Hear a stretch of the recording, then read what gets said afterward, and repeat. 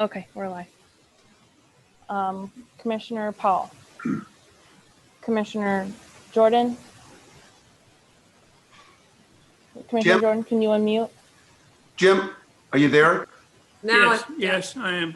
Okay, thank you. Perfect. And Commissioner Renner. Yes, here. We're here. Thank you. Madam Clerk, do we have any public comment on matters that are not in front of the Liquor Commission today? Yes, we've got we have 5 people registered for public comment.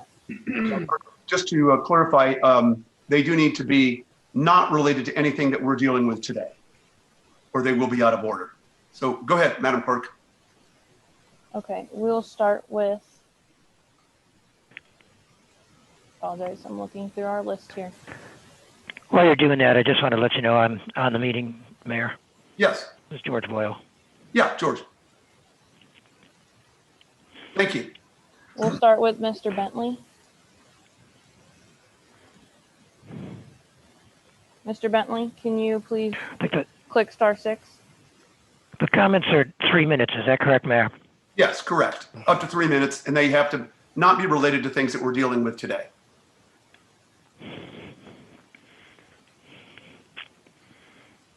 Mr. Bentley, can you hear us? I can, and I did not realize they could not be with things related today, so I'll have to postpone my comments, Mayor. Did you, well, as long as we got you here, Mr. Bentley, it wasn't with respect to a specific hearing, or was it something general? That still would be permissible. It was just a general statement. It wasn't any questioning of the meeting today. It was just a general statement I wanted to make about the COVID rules. Okay, well, I think that's appropriate. Yeah, we don't have any. If it's not, just please stop me and I'll move on. No, please, go ahead. Okay. My first comments to understanding of the last Liquor Commission meeting I attended, I thought you were making it clear the Bloomington Police Department was not going to be used to follow up with complaints that were called in by citizens, that they would be directed to the health department to go through the proper channels that they were instructed to do so by the state, which is sending a letter out and follow-up phone call to the business and sending copies of the complaints to the all outlined offices, including the state's attorney's office, to allow due process. But it seems the chief of police has been ordered to accept all incoming complaints and dispatch patrol officers out with body cameras to audio and videotape businesses and report back to the liquor commissioner. Second comment goes towards why the state allowed universities to come back during this dangerous pandemic to allow the large influx of population in our city, which I believe contributed to a large factor of our numbers skyrocketing, but instead of trying to block it, the city allowed it and then punished the small businesses by making them close off inside dining as a result of the numbers rising here in Bloomington Normal. I've been waiting for the executive order of common sense. If you are in fear of being in contact with other people or you have underlying health issues, stay home. Wouldn't that also help keep our numbers down and slow the spread of COVID and possibly allow the small businesses to smallly exist? People risk their lives every day when they leave their house. It's almost said you'll never know if you'll get home. You may be hit by a bus on your way to work. But we take that chance every day because it is part of our freedom of choice and also our freedom of our health as well. There's not a cure for lung cancer, and people die from it every day, but we make that choice whether or not we want to smoke and buy that pack of cigarettes with the money that we've earned, because it's our choice by our freedom. Let's make the same decision about going into businesses that we acknowledge that we are entering at our own risk. In closing, the small businesses that built this country are dying every day. Who is standing up and fighting for them? Where is the equal justice? How many lives are we willing to destroy to save a life? They are both equally as important. The government is holding the scales of justice this time, and they are not blinded. They can see which way they would like the scales to tip, and it's not in favor and not equal for the small businesses that are dying every day. Thank you, Mayor. Thank you, Mr. Bentley. Next, Madam Clerk. Next, we have Jennifer Wilkes. Jennifer?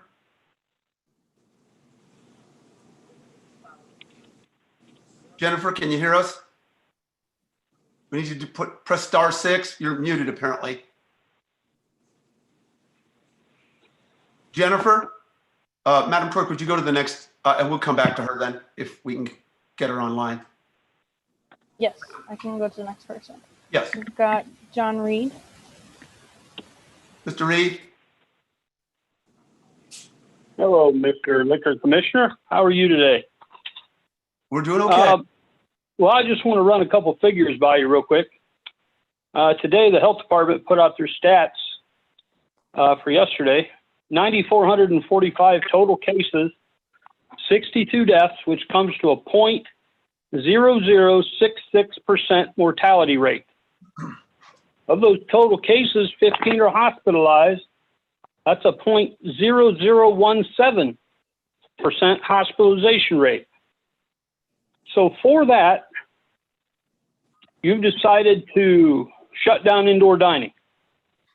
I would like to see the scientific proof, and by proof, I mean solid data from the health department that shows indoor dining is worse, a bigger spreader of the virus than, say, a Walmart or a Home Depot.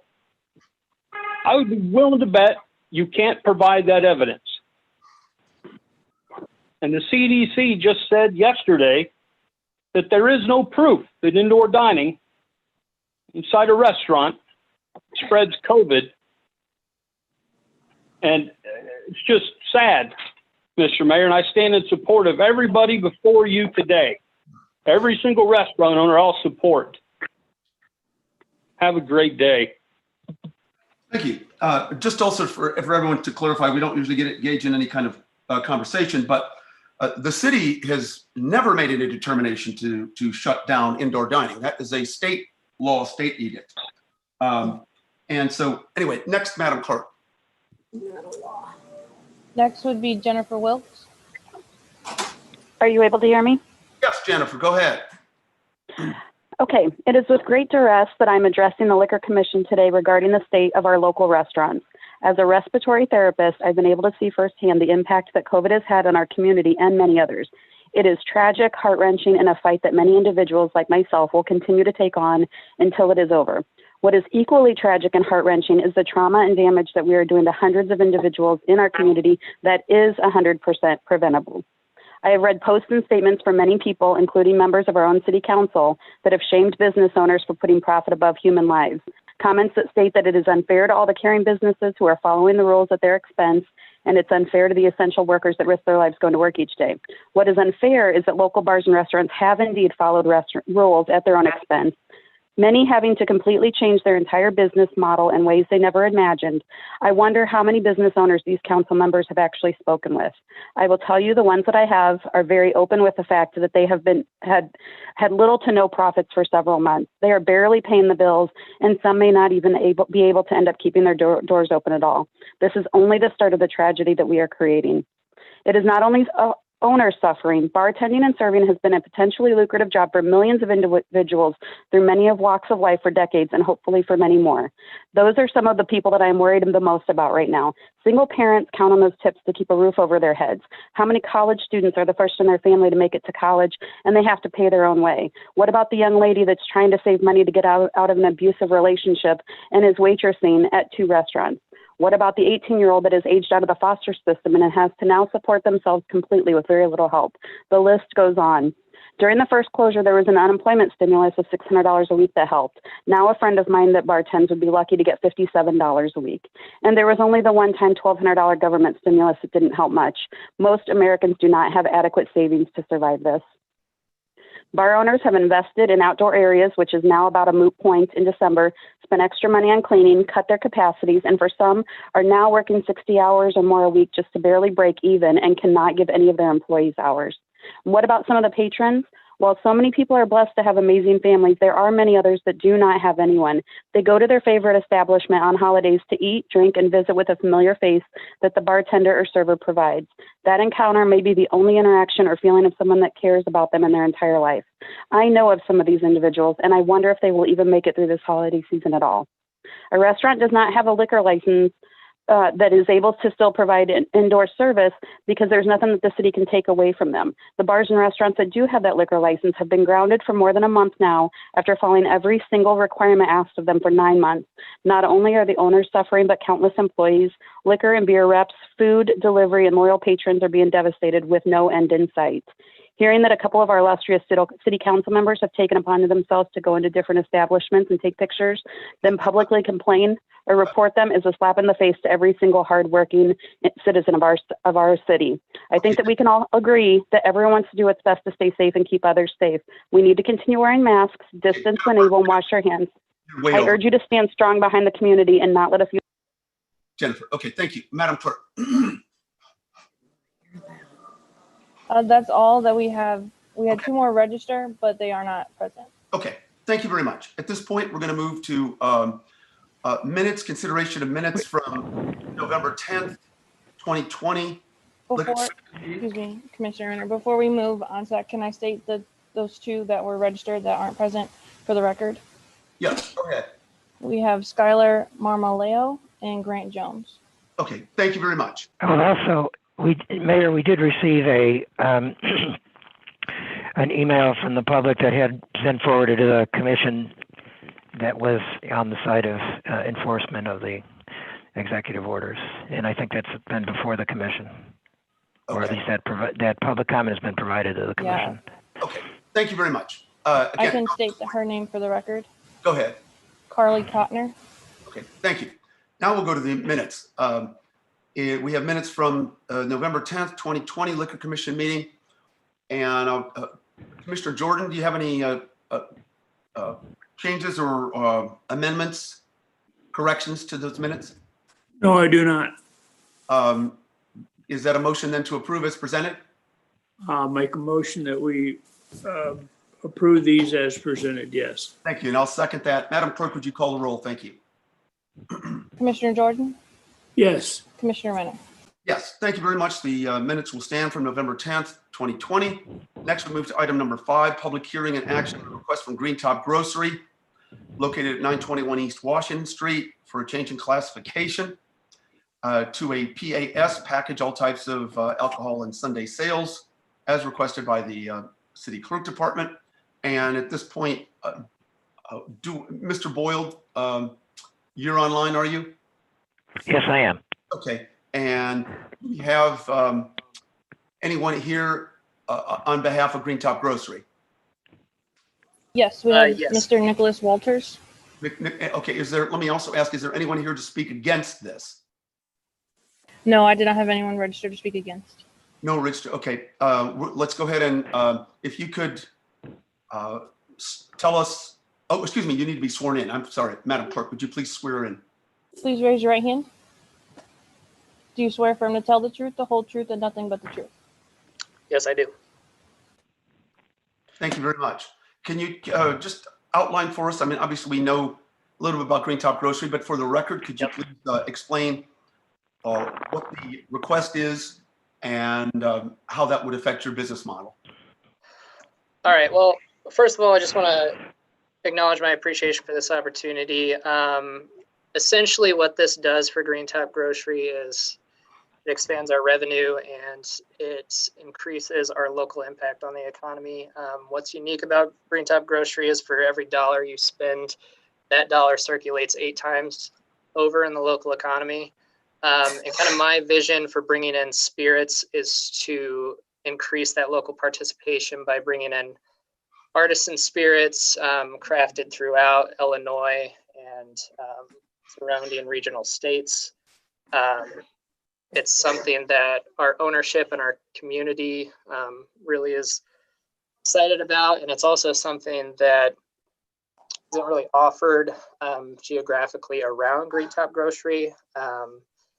And frankly, it will have a significant positive impact on sales, which at this juncture in the state of Green Top Grocery, we're still a startup, and our ultimate goal is to find ways to increase revenue and sales, mitigate operational costs, and just find ways to opportunities to impact the community in a unique way.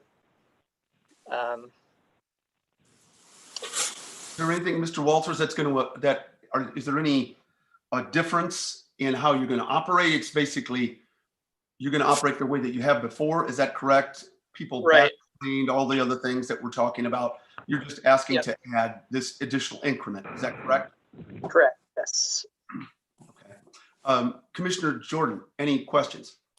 The only thing I might ask is, in addition to the fact that you're going to increase the type of license you're seeking, was there any other motivating force other than the fact that you would increase your profitability? I think marketability would probably, bringing in something like spirits would allow us a better marketing reach. The fact that we could offer something unique and create a line of products that may not necessarily be seen in other stores. For instance, Benny's. Really, my vision is to kind of design this program alongside of Green Top's mission, and that's really to be local focused. We generate millions of dollars of sales in relation to our relationships with our local vendors, and so marketability, it just increases, the desire for people to come and shop at Green Top Grocery. Mr. Jordan, anything else? Yes, no, my only concern was that the increase as far as changing the availability to purchase the distilled products, because at this particular time, some of these people that are before us right now cannot participate, and it really does impact them, but it keeps the doors open for the package stores. And that was just a little concern I had, but if that's the only issue we got, then that would be my only comment. Thank you very much, Mr. Jordan, Commissioner Jordan. Mr. Boyle, anything? No, I may have missed this, Mr. Walters. Could you just state what your position is with the applicant for the record, in case that wasn't in there? General manager. Okay. And I would state, Mayor, that the legal department isn't aware of any violations from this establishment, with its current license or anything like that. We're not aware of there being any problems, and there certainly hasn't been any legal complaints filed against this establishment. But given that they've been open since, all the time they've been open is when I've been mayor, I would have remembered that too. But I appreciate that, Mr. Boyle. Thank you. At this point, then, is there we don't have anybody speaking against this. Is that correct, Madam Clerk? That's correct. Okay. Is there a motion to send this to council? Yes, I'll make a motion. We send it to the council as requested. Okay, I'll go ahead and second that. Madam Clerk, would you call the roll? Commissioner Jordan? Yes. Commissioner Renner?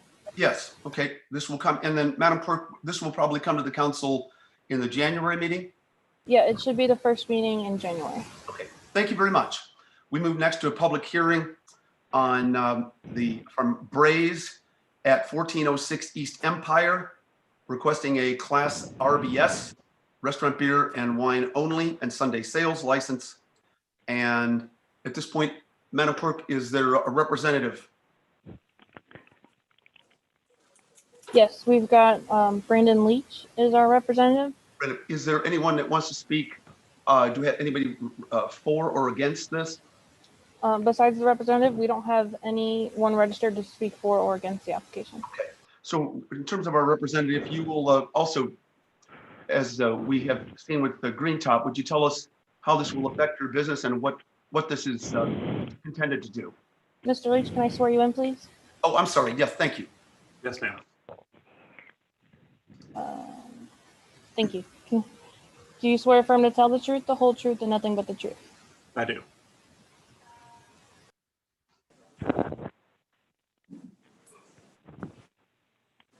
Okay. So would you then please just outline what the nature of your request and how this would affect your business and why you're asking this for us? Sure. Yeah. So as you may know, I had to close the location down on the east side of town. So just opening up in a similar capacity and closer location, more favorable lease terms, and a building that's more favorable for carry out delivery for the current environment we are in. Okay. There's any change what in terms of Bassett training, Bassett certification? No changes there. My certification is still good. I'll make sure that all the employees have Bassett, up-to-date Bassett certifications, as well as ServSafe certifications. Okay. Commissioner Jordan, questions? Just as long as I think the applicant understands that he's under the same rules that everybody else is as far as a serving goes. Right. Yes, sir. Okay, that's all I have. Mr. Boyle? Nothing from legal on this. Okay. No violations at the previous license location. Great. Thank you. Is there a motion then to submit, to send this to the city council? I'll make a motion, we submit this to the city council as requested. Okay. I will second Commissioner Jordan's motion. There's no further comment, Commissioner Jordan, then Madam Clerk, would you call the roll? Commissioner Jordan, Yes, Commissioner Renner. Yes, thank you very much. And that, again, will probably be, is that correct, Amanda? The First meeting in January. Okay, first meeting in January. Thanks. At this point, we have on our agenda, items 7 through 14, 7 different complaints of citations. And I'm going to turn this over to Mr. Boyle to give us some updates, because I believe we have settlements on most of these. Mr. Boyle? That's correct, Your Honor.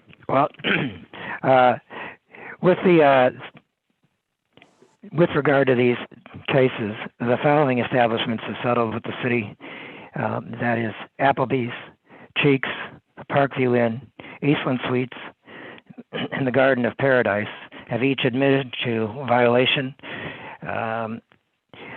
of Chapter 6, Section 37E, Sub 3 and E Sub 4, requiring compliance with state law and with health regulations, in that they did violate the executive orders prohibiting indoor dining. They've each agreed to pay a fine of $400 in settlement. Okay. Thank you very much. At this point, so that And I should say have paid. So and have paid. Okay. At this point, then if it is accurate, then the ones that we then want to bring forward what's the story with Mickey's Kitchen, Mr. Boyle? Well, the Mickey's Kitchen case involves this. There has been a payment made of taxes. There's still some ongoing investigation with respect to the allegations in the complaint. I'd ask for a motion to table that to the next Liquor Commission on the second Tuesday of January, the next regular meeting. Okay, let's go ahead and do that. Commissioner Jordan, unless you have any questions, would you be comfortable making a motion to table item 14 till the next regular commission? yes, I'll make a motion that we table item 14 on the agenda until the next scheduled meeting. Okay, I will go ahead and second that. Madam Clerk, would you call the roll? Commissioner Jordan, Yes, Commissioner Renner. Yes, thank you. So that will be tabled to the next regularly scheduled Liquor Commission meeting. So that leaves us, if I'm not mistaken, Mr. Boyle, with Western Tap and then Joe's Pub listed as items number 10 and 13 on our agenda. Is that correct? That's correct. Okay, let's go ahead and start with, again, this is not a hearing. This is just essentially a pleading. We're going to start with Western Tap. And do we have someone here as a representative for Western Tap? Madam Clerk? Yes, we do. Okay, then could you announce who that is? Mr. Taylor? Mr. Commissioner, this is Tom DeVore. This is an attorney for Mr. Taylor. Mr. Taylor is also on the call as well. Thank you, Mr. DeVore. Thank you.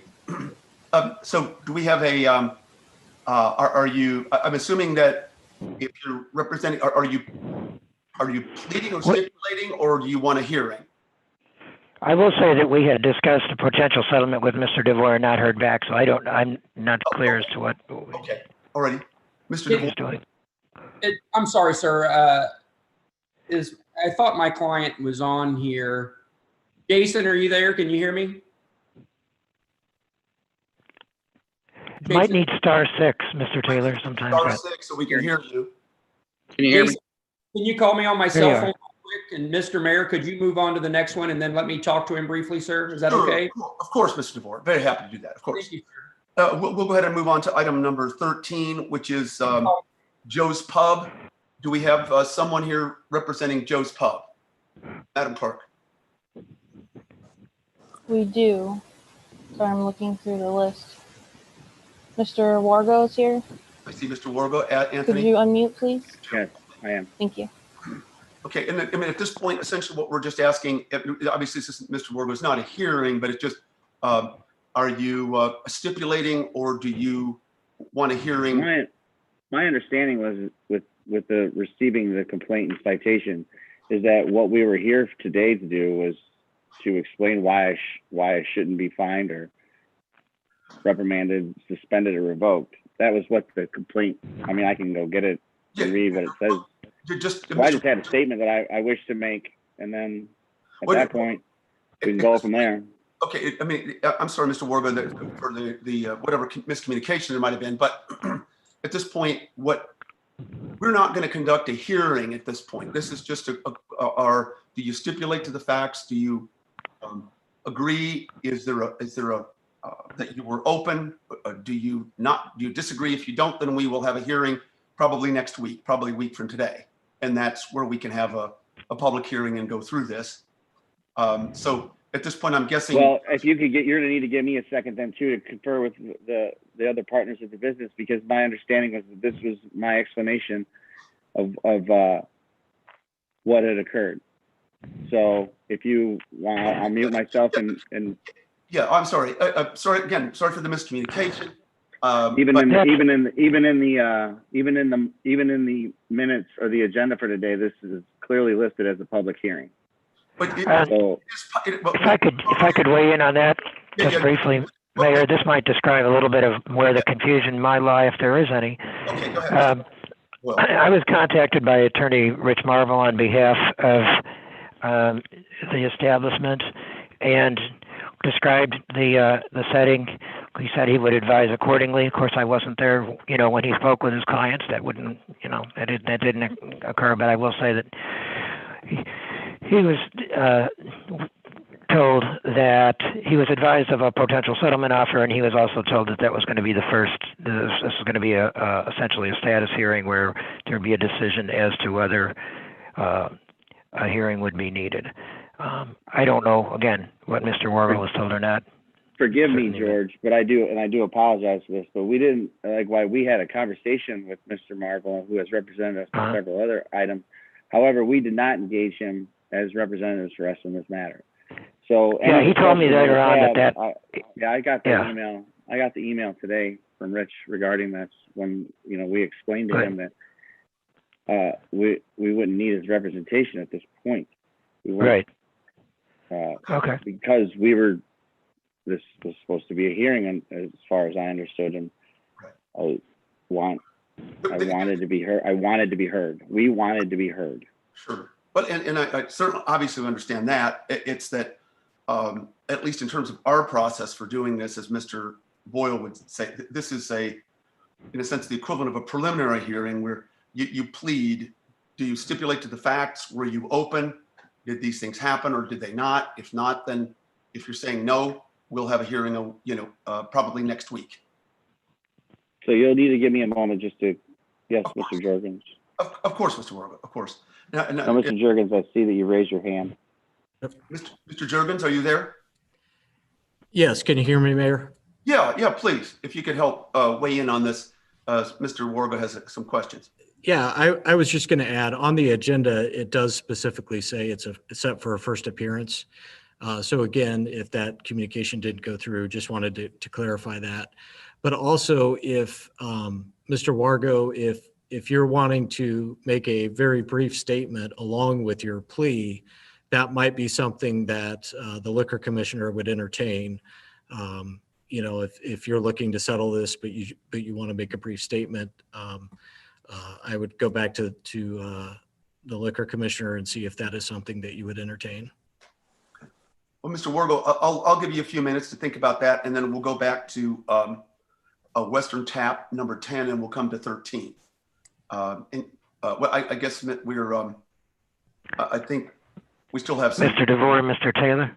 I think they're still conferring. Oh, okay. I will go, Mr. Wargo, he's left. Okay, I was gonna say if he had a particular statement that he wanted to make. Okay. Mr. Wargo, can you hear me? I can. I walked away to grab the piece of paper. I apologize. Did you? I will make the statement.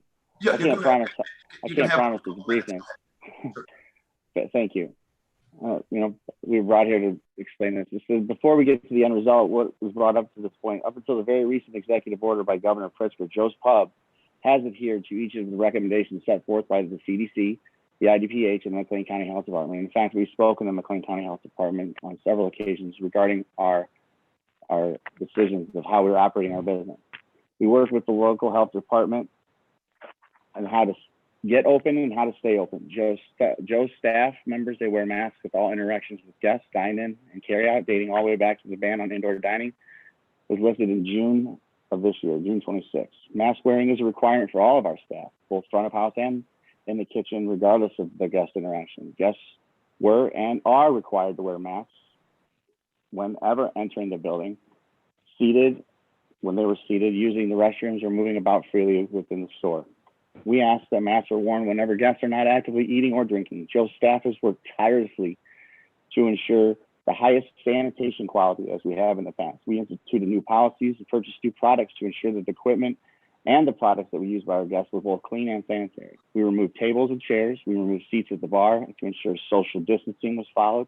Our capacity has been limited due to these restrictions, and at no time did we waver from those guidelines, nor do we today. We did our part. We continue to do our part. We followed the guidance provided. So where did we go wrong in our efforts to curb the spread of COVID? I would argue we have never faltered in our efforts. We did so at the chagrin of guests. We alienated some who believed our compliance with what we have done was giving into the powers that be. We did so because our guests and our staff need us. Our staff are great people who need their jobs in order to feed their families. They are your neighbors and friends. Joe's is a place where friends and gather to enjoy each other's company in a safe, relaxing environment. Up until this most recent executive order, Joe's has, to the best of its knowledge, not received any complaint about masking or social distancing to the health department or even the police. The reports that have been filed, which bring us to this today, there were 2 on the 28th, 2 call-ins, and then 1 just this past week, but were unfounded. Even in the reports, we were asked. Can I just point out that this sounds like a request for a hearing? It doesn't sound like there's an agreement. Perhaps Mr. Juergens had said that we were going to be listening to a statement, perhaps if there was a plea, and I think it's a request for a hearing. Is that what we're? I believe that there's more to what I have to say. Yes, I don't believe that we are going to agree to anything at this point. Okay, so we'll set a hearing for a week. We can discuss further, but again, my belief was that I was coming before you today to answer as to why I should and shouldn't be fined. I believe that was in the first line of the complaint. Okay, yeah, just to appear before the Liquor Commission. It does say and show cause why. Yeah, it does say first appearance, and that's. But we will have we'll have an opportunity for you to present your case a week from today, and we can go down that path. So, Madam Clerk, and Mr. Boyle, if you'll make it clear, we will have a hearing 1 week from today at 4 o'clock on Joe's Pub and the violations there. At this point, I'm going to turn to Mr. DeVore. Thank you, Mr. Mayor. Mr. Mayor, I just had a chance to talk to my client briefly. I apologize to you, sir, that we weren't able to connect before the hearing today. What I would ask, if it would be okay with you, sir, is today is Tuesday, I believe. If he could have a couple of days to him to go through this proposal with me that George and I talked about, and then we would let George know whether or not the offer is acceptable. And if not, for some reason they couldn't come to that agreement, that it could also be set on that same date and time, but I would let George know within the next 2 days, if that's okay with you, sir. That's absolutely fine, Mr. DeVore. We'll set that a week from today unless we have something settled beforehand. Okay. Thank you, Mr. Mayor. Thank you. Of course. That's fine. And Mr. DeVore, too, if you need to, of course, you know this, but feel free to contact me if there's questions or concerns or anything that you'd like to discuss. Yes, sir. Thank you, sir. Thank you, Mr. DeVore. We appreciate your help. Thank you. Yes, sir. At this point, we don't have any old or new business. Mr. Boyle, anything else that I've missed? Nothing further at this time. Okay. At this point, Commissioner Jordan, I'm assuming you're okay with a motion to adjourn. I am. I make a motion, we adjourn this meeting. Okay, I'll second it, and all in favor, we're all adjourned. Thank you, and we very much appreciate this. And obviously, you know, those of you who are on the line, none of us, as I said a few weeks ago, none of us want to be here. And I certainly hope that we can get past this, you know, as expeditiously as possible. Thank you all very much, and I appreciate all that you're doing for our community. And thank you, Commissioner Jordan, and our great staff, and Amanda. Have a good evening. Thank you. Thank you. Thank you, Mayor.